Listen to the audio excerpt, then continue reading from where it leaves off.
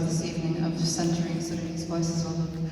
As one first step for us for the day, it was really important to think of when we were conceiving this conference how to place a format and enable space to have people really go into depth or at least take an impulse with them on the complexities of the conflict. So the first part of the day was 6 workshops, of which we will hear something in our first panel/roundtable, so everyone who didn't have the possibility to participate as well can hear about the work and really also first ideas into how to build and how to be in solidarity with Sudanese people. We're entering the 4th year of the war on the 15th of April of this year.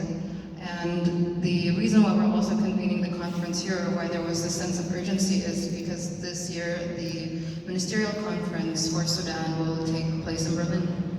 And these past 2 years, there have already been a conference in Paris and there's a conference in London as well. And these conferences always brought together state heads, mainly from the Western world, from the EU, from France, Germany, and Britain, to discuss with usually very little input and very little regard for civilian society how to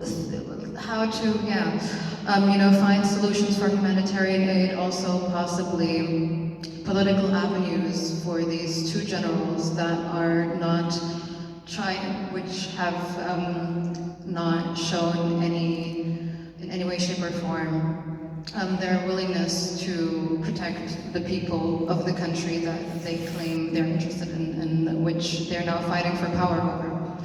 And throughout this, there was always talks of ceasefires and of finding temporary solutions, but these have not been sufficient to something which is now still by most measures, one of the worst humanitarian crises of our current time, and as well as a political crisis. And with the addition of this year, there is actually a little civilian involvement. There have been seats allocated to civilians, so we're going to come to talk about this a bit later. But it mostly has been reserved to political elites, so they don't really represent the different margins of Sudanese society, the different needs, the different experiences, the different facets. And the question is also, will this civilian participation, which is there, will it be meaningfully implemented into the political processes? Will it actually go into the needs that we need to establish peace and which we also need in order to help the people on the ground for now? And we're first going to start, as I said, into the reports from the workshops of today, and then we also have a second panel after a musical break by the artist Emil, who will join us here in around 60 minutes. And first I will call my workshop facilitators, of which Muna is already seated here. And then I will please call Rima Abdullah to the stage, as well as Majda and Sayed, who I cannot see right now, but who is sat here somewhere, as well, and Basma. Yes. Thank you.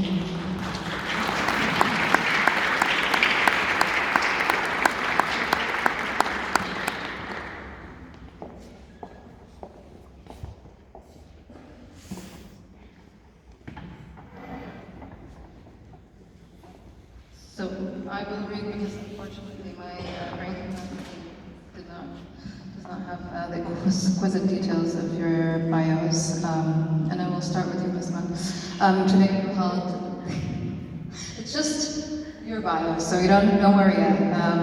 Basma Mustafa is an Egyptian human rights defender based in Berlin, working on freedom of expression and transnational repression. She's the director of programs at Law and Democracy Support Foundation, e.V., and co-spokesperson of the Coalition Against Transnational Repression in Germany. She focuses on protecting journalists and human rights defenders in exile and advancing accountability for cross-border repression.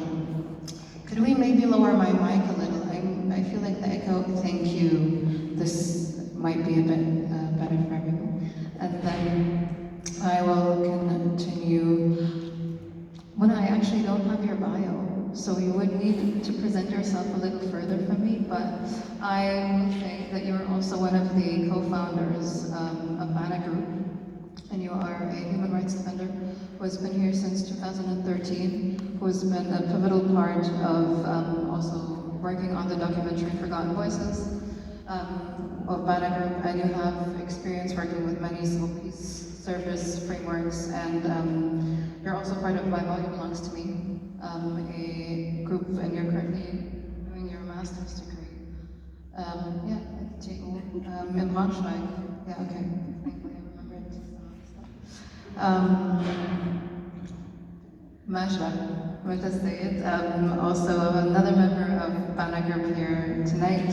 And Majda is currently studying social sciences at the HU and is currently at the Alice Salomon Hochschule doing a master in conflict management, and is also working as a librarian for the Black Movement Archive at E2020 which I highly recommend to everyone. It's one of the best libraries in Berlin and very under-visited and very unique.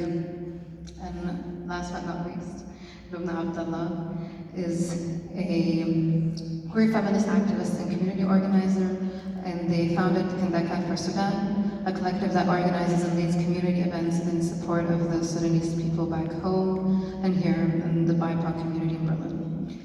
They also co-founded It's Not Okay in Sudan, an initiative that supports victims and survivors of sexual assault, abuse, and domestic violence. And they focus on grassroots organizing, community care, and advocacy for Sudan and other marginalized communities. Please welcome our panelists. And to start, and I would maybe start with you, Lubna, and then we come in for Basma.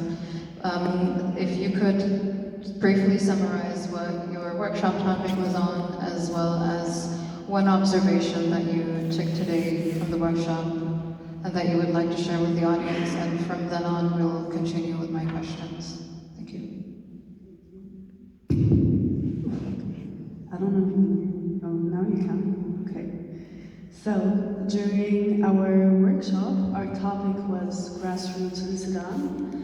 And for me, this is such a huge topic. It's not something that I can squeeze in an hour and a half, because we started with the history of grassroots and grassroots organizations in Sudan, and this starts from even colonial times and even pre-colonial times. So we're speaking about the 1800s and before even that.